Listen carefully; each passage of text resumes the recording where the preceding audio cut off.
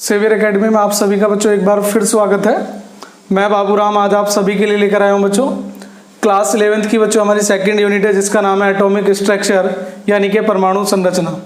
जी हाँ बच्चों, परमाणु संरचना में हम already discovery of electron, discovery of proton या ये कहें बच्चों कैथोड किरणें, एनोड किरणें, ठीक है बच्चों, थॉम्सन का एटॉमिक मॉडल और बच्चों रदरफोर्ड का अल्फा परमाणु जो मॉडल था वो हम ऑलरेडी डिस्कस कर चुके हैं। तो बच्चों आज का जो हमारा टॉपिक रहेगा वो रहेगा बच्चों कंपोजिशन ऑफ एटॉमिक न्यूक्लियस। क्या बच्चों? कंपोजिशन ऑफ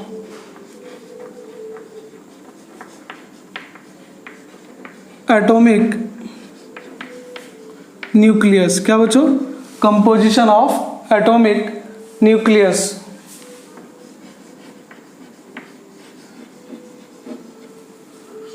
इसका बच्चों मतलब क्या है कि परमाणु के नाभिक का संगठन, परमाणु के नाभिक का संगठन। ठीक है बेटा, तो इस वीडियो में जो हम पढ़ने वाले हैं बच्चों, हम पढ़ने वाले हैं परमाणु के नाभिक के संगठन के बारे में। तो जनरली बच्चों अगर मैं बात करूं तो आज के वीडियो में जो हम पढ़ने वाले हैं बच्चों वो पढ़ने वाले हैं परमाणु क्रमांक के बारे में कि एटॉमिक नंबर किसे कहते हैं, द्रव्यमान संख्या के बारे में बच्चों, परमाणु भार के बारे में और बच्चों इनसे संबंधित सभी आंकिक प्रश्न किस प्रकार से पूछे जाएंगे उन सभी प्रश्नों के बारे में आज अध्ययन करेंगे।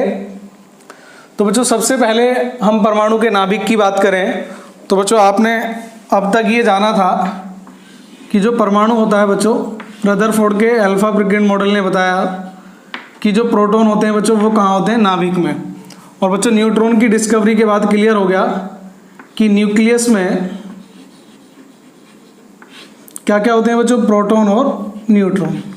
ठीक है बच्चों, और इलेक्ट्रॉन कहाँ पर होते हैं, नाभिक के चारों ओर चक्कर लगाते हैं क्लास में। ठीक है बेटा, नाभिक के चारों ओर क्या करते हैं बच्चों, रोटेट होते हैं।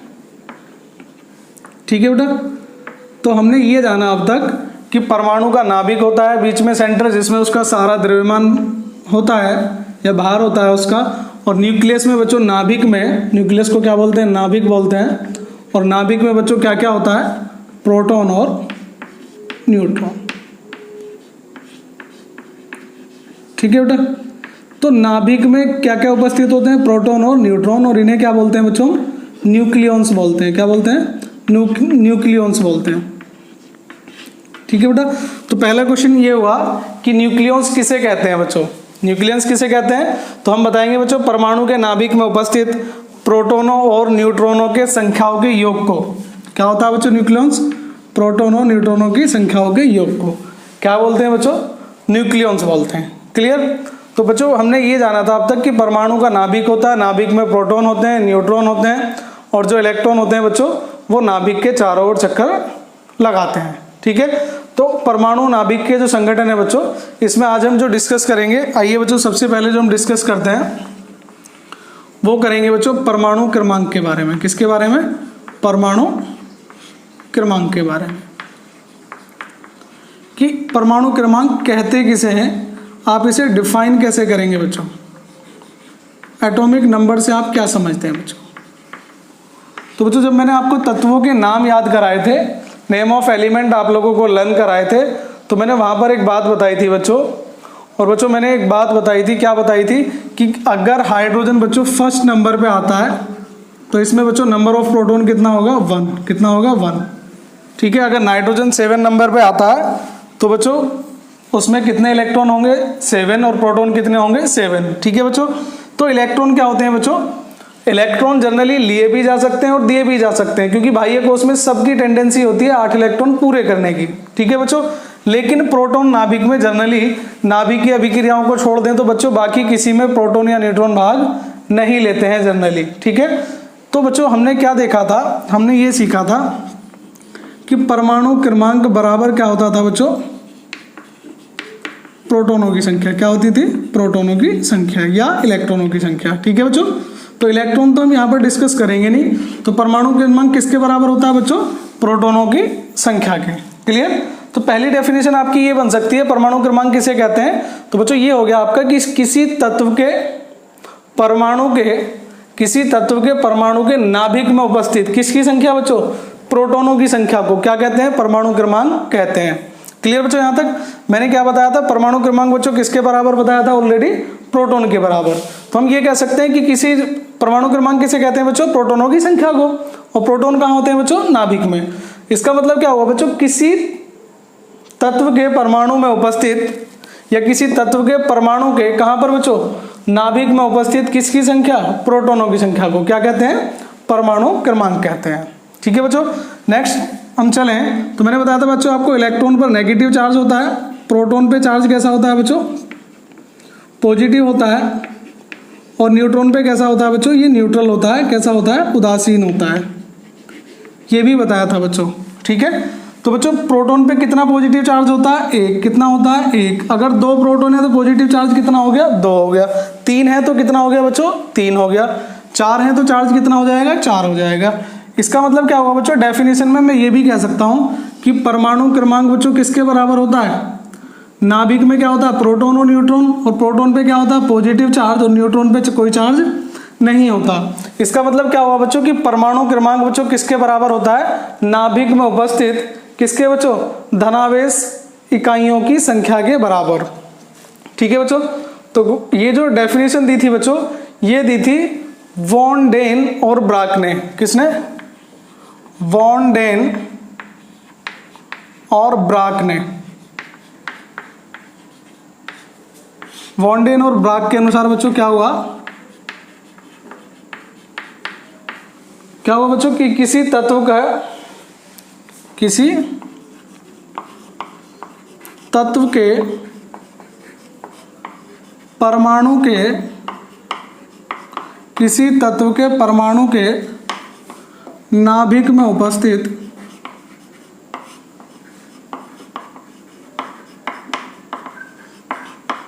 धनावेश इकाइयों की संख्या, किसकी बच्चों, धनावेश इकाइयों की। तो बच्चों धनावेश इकाइयों से क्या मतलब हुआ, जनरली प्रोटॉनों से, किससे, प्रोटॉनों की संख्या, धनावेश इकाइयों की संख्या को। ठीक है बच्चों, उस तत्व का परमाणु क्रमांक कहते हैं, उस तत्व का बच्चों क्या कहते हैं, परमाणु क्रमांक कहते हैं। ठीक है बच्चों, डेफिनेशन क्लियर होगी। या तो आप ये कह लीजिए कि किसी तत्व के नाभिक में या परमाणु के नाभिक में जितने प्रोटॉन होते हैं उसे बच्चों हम क्या बोलते हैं, उसका परमाणु क्रमांक बोलते हैं। ठीक है, या धनावेशों की संख्या को आप क्या कह सकते हैं, तो धनावेशों की संख्या को आप क्या कह सकते हैं बच्चों, परमाणु क्रमांक कह सकते हैं बच्चों। ठीक है, इसका मतलब क्या होगा बच्चों, इसे जनरली जेड से रिप्रेजेंट करते हैं। किससे रिप्रेजेंट करते हैं, जेड से, याद रखें, कैपिटल जेड से बच्चों। ठीक है, क्लियर बच्चों। अतः बच्चों क्या हुआ, अतः तत्व का परमाणु क्रमांक बराबर, बच्चों तत्व का परमाणु क्रमांक किसके बराबर हो जाएगा, तो बच्चों तत्व का परमाणु क्रमांक हो जाएगा नाभिक में उपस्थित प्रोटॉनों की संख्या के। किसमें बच्चों, नाभिक में उपस्थित प्रोटॉनों की संख्या के।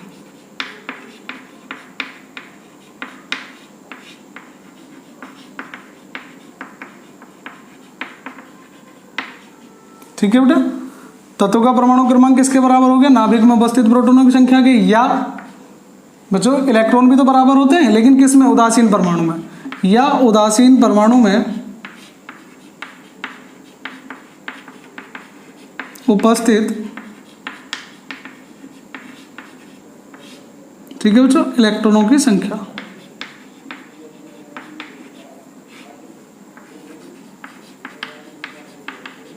ठीक है बेटा, इसका मतलब क्या हुआ, परमाणु क्रमांक को किससे रिप्रेजेंट करते हैं, जेड से। तो जेड बराबर क्या हो जाएगा बच्चों, पी मतलब प्रोटॉन, या बराबर क्या हो जाएगा, ई।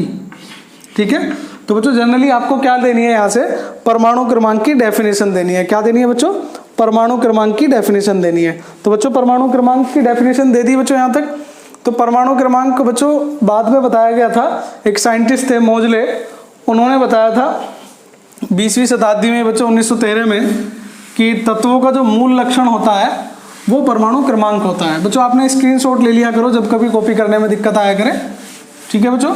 इससे क्या होता है कि टाइम आपका कंज्यूम कम होता है, हमारी वीडियो की लेंथ भी जो है बच्चों वो थोड़ी सी डिक्रीज हो जाती है, इसलिए हम आपको टाइम नहीं देते हैं। तो बच्चों आप आसानी से क्या कर सकते हैं, अगर आप जल्दी में हैं तो बच्चों क्या ले सकते हैं, स्क्रीनशॉट ले सकते हैं, ठीक है बच्चों। तो नेक्स्ट टॉपिक है बच्चों हमारा द्रव्यमान संख्या। क्या है बच्चों, द्रव्यमान संख्या,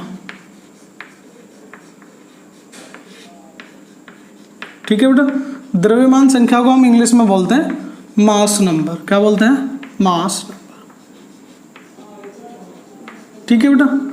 अब क्या होता है बच्चों, जब मैंने आपको इलेक्ट्रॉन प्रोटॉन न्यूट्रॉन पढ़ाए थे तो मैंने बताया था इलेक्ट्रॉन का जनरली बच्चों वेट कैसा होता है, कम होता है। क्या होता है, कम होता है। वैसे भी बच्चों हम द्रव्यमान संख्या किसे बोलते हैं, तो बच्चों किसी तत्व के नाभिक में या किसी परमाणु के नाभिक में, मैंने आपको बताया था बच्चों, दोबारा बता देता हूं एक बार। नाभिक में बच्चों जनरली क्या होता है, न्यूक्लियस में बच्चों क्या होता है, प्रोटॉन और न्यूट्रॉन, ठीक है बच्चों। तो किसी परमाणु के नाभिक में उपस्थित प्रोटॉनों और न्यूट्रॉनों की संख्या के कुल योग को उस तत्व की द्रव्यमान संख्या कहते हैं, ठीक है बच्चों। यानी कि किसी तत्व के बच्चों क्या हुआ, किसी तत्व के या परमाणु के नाभिक में उपस्थित, परमाणु के नाभिक में उपस्थित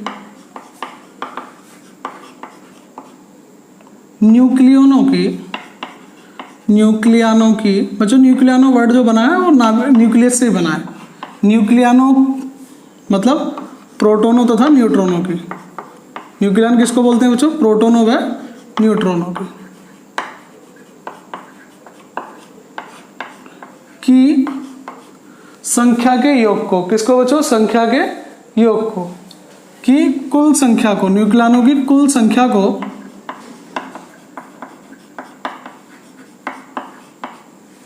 परमाणु की द्रव्यमान संख्या कहते हैं। परमाणु की द्रव्यमान संख्या कहते हैं। तो बच्चों यहां तक क्लियर हुआ।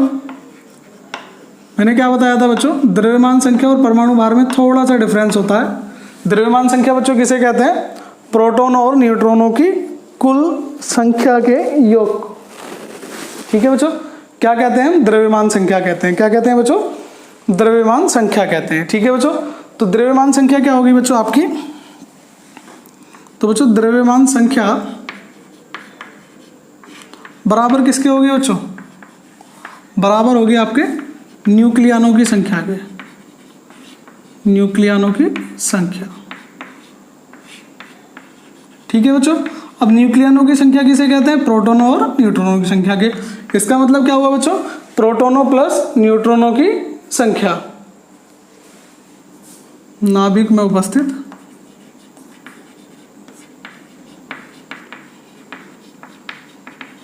प्रोटॉनों की संख्या, ठीक है बेटा। चमक पा रहा होगा, मैं थोड़ा सा छोटा ही लिखता हूं। नाभिक में उपस्थित प्रोटॉनों की संख्या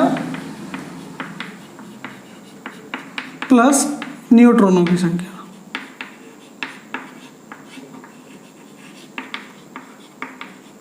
ठीक है बेटा। प्रोटॉनों की संख्या प्लस न्यूट्रॉनों की संख्या, ठीक है बच्चों।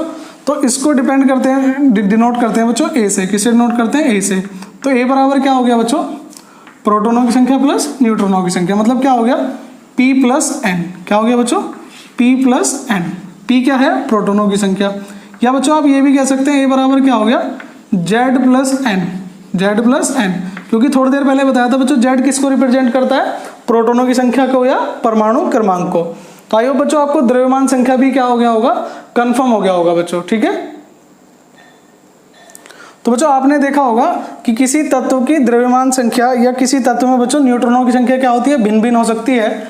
इसलिए द्रव्यमान संख्या जो है बच्चों किसी भी तत्व का मूल लक्षण नहीं होता, ठीक है। तो बच्चों स्क्रीनशॉट आपने ले लिया होगा, आप बाद में कॉपी कर सकते हैं स्क्रीनशॉट लेके। तो बच्चों नेक्स्ट जो हमारा थर्ड पॉइंट है बच्चों वो है एटॉमिक वेट या परमाणु भार, ठीक है बच्चों।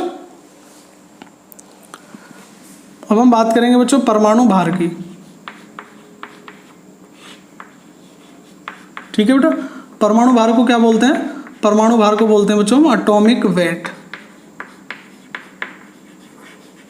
ठीक है बेटा। अब एटॉमिक वेट किसे बोलते हैं बच्चों? तो परमाणु का जो भार होता है उसी को क्या बोलते हैं बच्चों? परमाणु भार बोलते हैं। क्या बोलते हैं बच्चों? परमाणु भार। यानी कि बच्चों परमाणु में उपस्थित समस्त कणों के द्रव्यमान को, समस्त कणों के भारों के योग को। समस्त कण कौन कौन से होते हैं बच्चों? जनरली मूल कण कितने हैं? 3, इलेक्ट्रॉन, प्रोटॉन और न्यूट्रॉन। इन तीनों कणों के भारों के योग को ही हम क्या कहते हैं?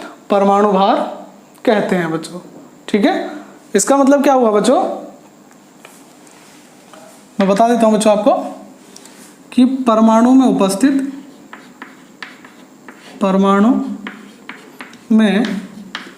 उपस्थित सभी कणों के या समस्त कणों के, अगर आपको सभी लिखने में दिक्कत है बच्चों तो समस्त लिख सकते हैं, समस्त कणों के भारों के कुल योग को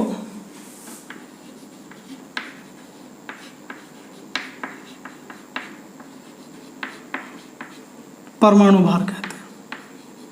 क्या कहते हैं बच्चों? परमाणु भार कहते हैं। लेकिन बच्चों इसमें एक प्रॉब्लम है। प्रॉब्लम क्या है कि जो इलेक्ट्रॉन का वेट होता है बच्चों वो प्रोटॉन और न्यूट्रॉन की तुलना में बच्चों कैसा होता है? बहुत कम होता है। मतलब आप उसे आसानी से नेग्लेक्ट कर सकते हैं। किसकी तुलना में बच्चों? प्रोटॉनों की और न्यूट्रॉनों के वेट की तुलना में। ठीक है बच्चों। तो बच्चों हम लिख सकते हैं कि प्रोटॉन व न्यूट्रॉन के भार की तुलना में या द्रव्यमान की तुलना में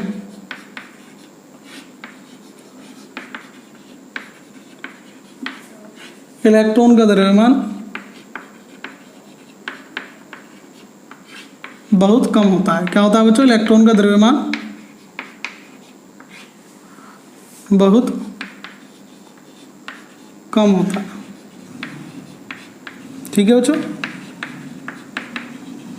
तो इसका मतलब क्या हुआ बच्चों? हम इलेक्ट्रॉन का वेट जनरली काउंट नहीं करते हैं। अगर इलेक्ट्रॉन का वेट काउंट नहीं करेंगे बच्चों तो परमाणु भार बच्चों किसके बराबर हो जाएगा? द्रव्यमान संख्या के। किसके बराबर हो जाएगा बच्चों? द्रव्यमान संख्या के या परमाणु द्रव्यमान के। ठीक है बच्चों। तो आप कह सकते हैं अतः किसी तत्व का परमाणु भार, अतः किसी तत्व का परमाणु भार उसकी द्रव्यमान संख्या के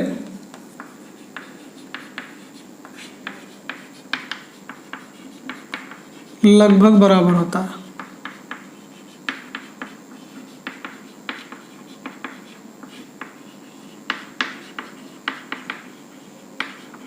ठीक है बेटा। हमने क्या करा कि किसी तत्व का परमाणु भार उसकी द्रव्यमान संख्या के लगभग बराबर होता है। ठीक है बच्चों। इसका मतलब क्या हुआ बच्चों कि परमाणु भार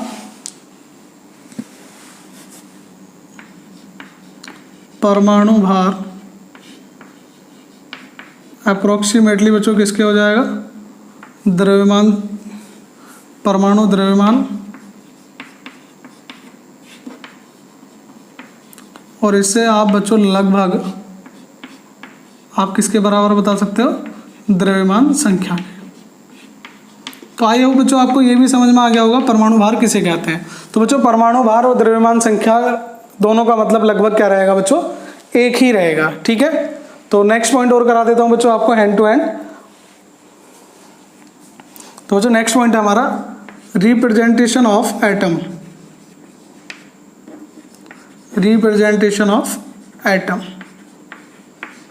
मतलब आप परमाणु को किस प्रकार से प्रदर्शित करते हैं? मतलब परमाणु का प्रदर्शन, आप परमाणु को किस प्रकार से दिखाते हैं? क्लियर बच्चों। तो परमाणु को प्रदर्शित करने के लिए बच्चों क्या होता है?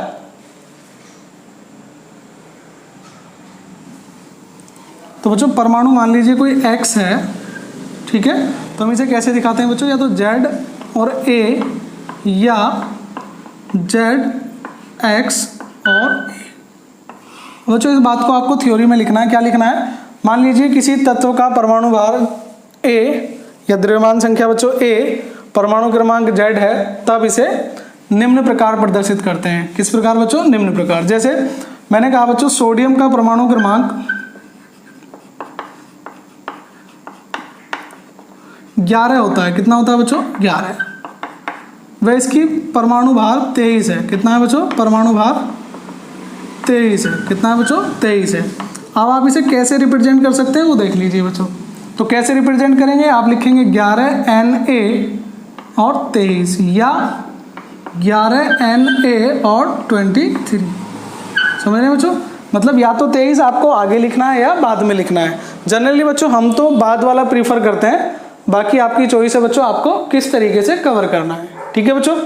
अब हम जो करेंगे बच्चों इसमें, अब हम करेंगे बच्चों इसमें आंकिक प्रश्न। क्या करेंगे? आंकिक प्रश्न। अब आंकिक प्रश्न बच्चों किससे संबंधित आएंगे?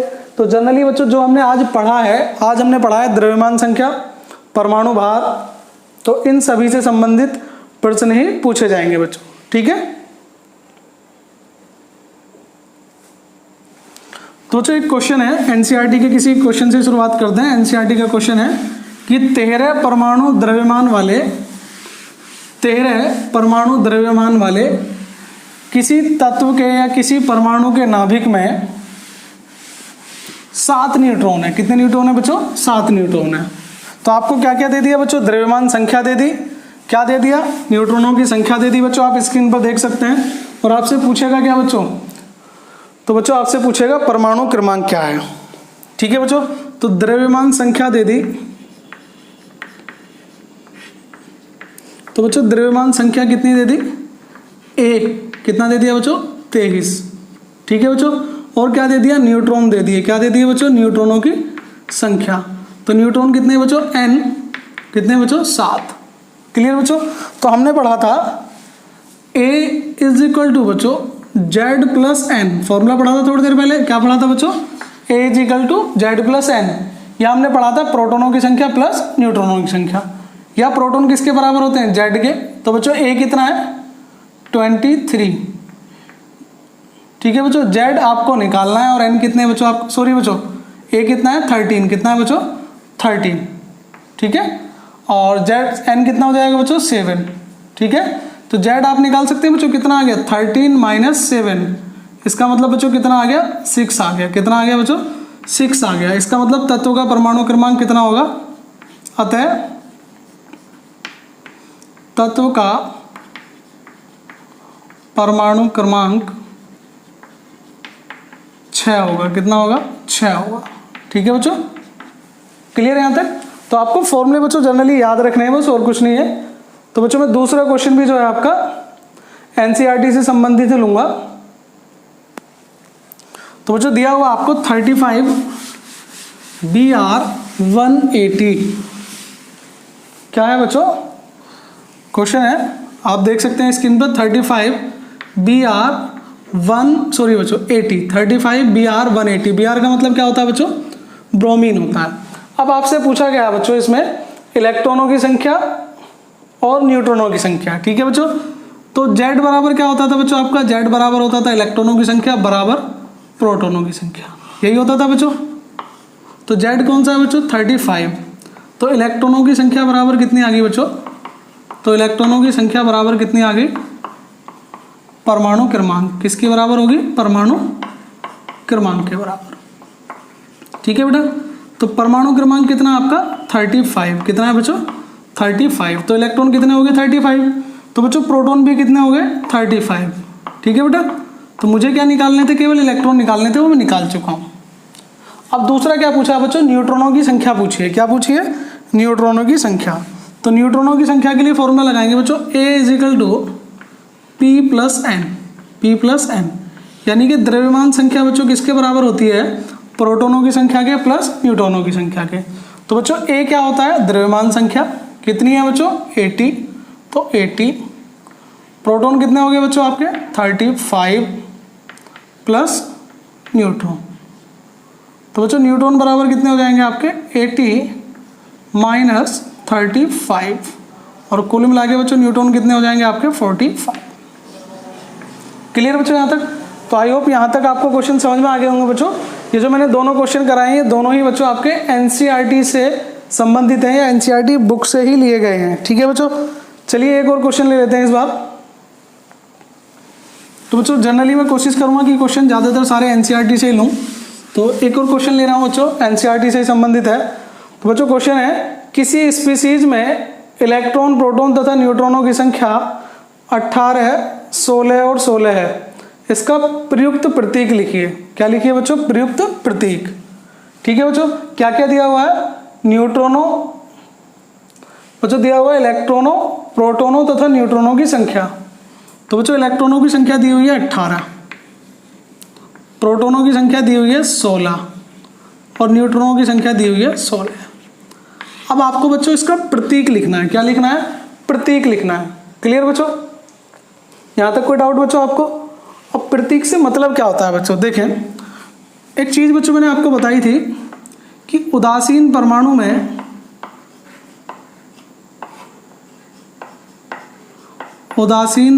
में इलेक्ट्रॉनों की संख्या बराबर किसकी होती है बच्चों? प्रोटॉनों की संख्या की। ये तो आप जानते हैं, लेकिन मैंने इसमें एक वर्ड यूज किया था बच्चों। क्या किया था? उदासीन परमाणु में। लेकिन जो हमारे पास क्वेश्चन है बच्चों, उसमें प्रोटॉन कितने हैं? 16, इलेक्ट्रॉन कितने हैं? 18। इसका मतलब क्या हुआ बच्चों कि इलेक्ट्रॉन कितने होने थे? 16 ही होने थे। कितने होने थे बच्चों? 16 होने थे।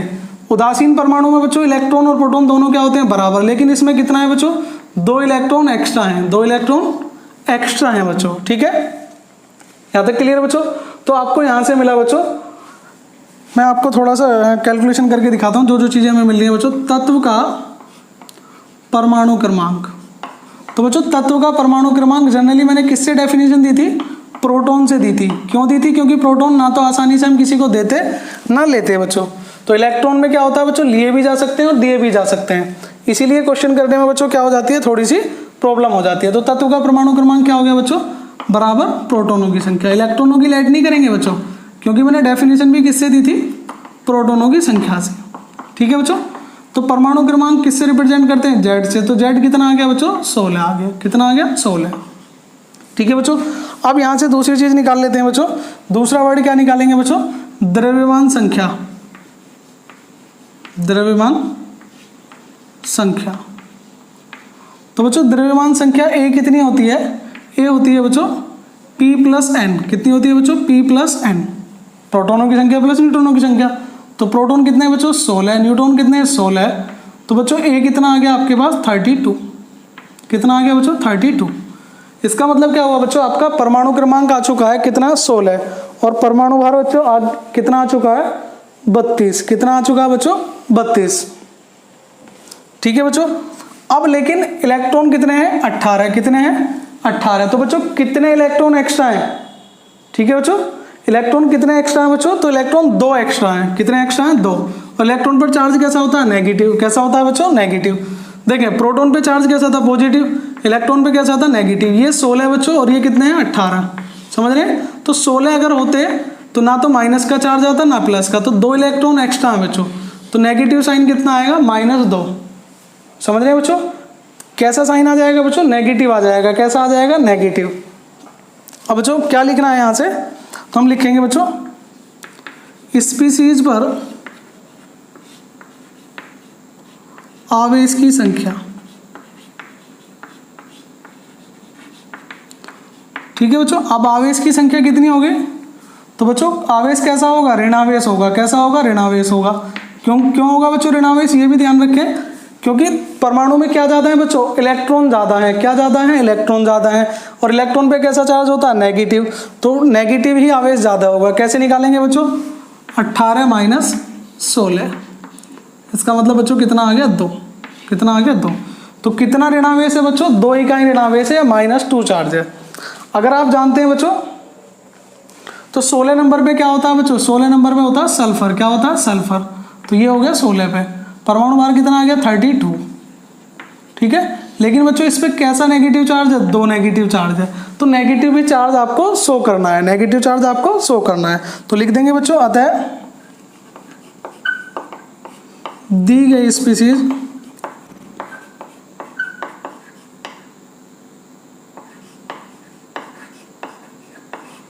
अतः दी गई स्पीसीज, तो दी गई स्पीसीज बच्चों क्या होगी, सोलर, सल्फर, और बच्चों यहाँ 32 नहीं लिखेंगे, 32 आगे लिख देंगे, क्यों, क्योंकि नेगेटिव चार्ज कितना है, -2। तो ये था बच्चों एनसीईआरटी का क्वेश्चन, बहुत ही अच्छा क्वेश्चन है। आई होप बच्चों आप सभी को पसंद आया होगा। ठीक है बच्चों, तो आज के लिए बच्चों इतना ही। तो आज हमने देखा बच्चों नाभिक का जो कंपोजिशन होता है वो क्या होता है। तो बच्चों नाभिक के कंपोजिशन में आज जो हमने पढ़ा है वो पढ़ा है द्रव्यमान संख्या, परमाणु क्रमांक और परमाणु भार, और बच्चों उनसे संबंधित आंकिक प्रश्न। आप चाहें तो बच्चों इससे ज़्यादा आंकिक प्रश्न कर सकते हैं। और बच्चों अगर आपको किसी टॉपिक में केमिस्ट्री में प्रॉब्लम है या आप किसी पर्टिकुलर टॉपिक पर कोई वीडियो चाहते हैं तो कमेंट जरूर कीजिएगा बच्चों, हम उस पर्टिकुलर टॉपिक पर वीडियो बनाएंगे। तो बच्चों वीडियो को ध्यान से देखने के लिए धन्यवाद। वीडियो पसंद आए बच्चों तो लाइक कीजिए, शेयर कीजिए। अगर आप चैनल पर नए हैं बच्चों तो चैनल को सब्सक्राइब भी कीजिए। तो मिलते हैं बच्चों नेक्स्ट वीडियो में, तब तक के लिए जय हिंद, जय भारत, धन्यवाद बच्चों।